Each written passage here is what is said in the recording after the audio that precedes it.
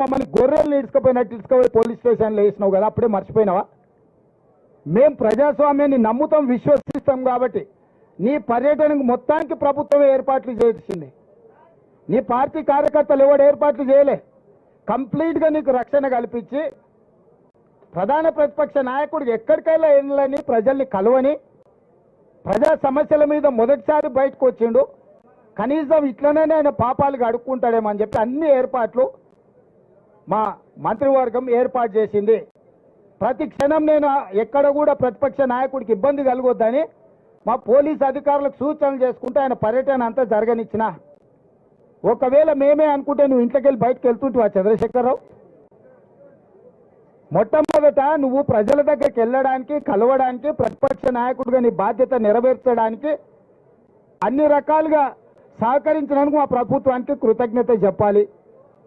రెండవది, నీ పాపాలు కడుక్కోవడానికి ప్రజల దగ్గరికి వెళ్ళినావు. నీ పార్టీ ఖాతాలో 1500 కోట్ల రూపాయల దోపిడీ సొమ్ముంది. దోసుకున్న వాళ్ళు ఎలక్షన్ బాండ్లు ఇచ్చారు, 1500 కోట్ల రూపాయలు నీ ఖాతాలనే ఉన్నాయి. ఆ పాపం సొమ్ము ఒక 100 కోట్లు ప్రజలకు వంచిపెట్టిన ఉంటే ఆ నష్టపోయిన రైతులకు అంతో ఇంతో 100 కోట్ల ఆర్థిక సాయం నీ పార్టీ ఖాతా నుంచి ఇచ్చినుంటే నిజంగానే ఈ రైతుల పట్ల నీకు సానుభూతి ఉంది, నిజంగానే రైతులు పంట నష్టపోయారు, దీన్ని ఏమన్నా సరిదిద్దాలని నీ ఆలోచన ఉన్నదని ప్రజలు అనుకునేటోళ్ళు. ఎండిపోయింది ప్రజల పంట, దాని మీద కూడా రేపు పార్లమెంట్ ఎన్నికలలో లబ్ధి పొందాలని ఇట్లాంటి నక్కచిత్తుల వేషాలు ప్రజలకు తెలియవా? ఎన్నికలు లేకపోతే నువ్వు బయటకు వస్తుంటావా చంద్రశేఖరరావు? ఎన్నికలు ఉన్నాయి కాబట్టి ఈరోజు బయటకు వెళ్ళిండు.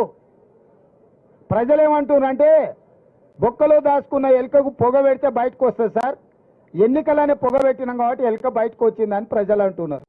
మేమేం అనదలుచుకోలే, నువ్వు ప్రతిపక్ష నాయకుడు చెయ్యి, ఇంకా బాగా తిరుగు, ప్రజలలో ప్రజల సమస్యలు తెలుసుకో, నివేదికలు తీసుకురా, ఇవ్వు ప్రభుత్వానికి.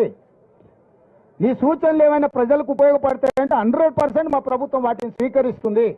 అంతే తప్ప బరితెగించి 100 రోజుల్లోనే ఈ ప్రభుత్వం విఫలం చెందింది, ఈ ప్రభుత్వం కూలాలే, ఈ ప్రభుత్వం కాలాలే, ఈ ప్రభుత్వం పోవాలి, ఏం శాపడుతున్నారు చంద్రశేఖరరావు? నువ్వు 10 ఏళ్ళు ఉన్నావు, మేము ఎప్పుడన్నా అట్లా అన్నామా నేను?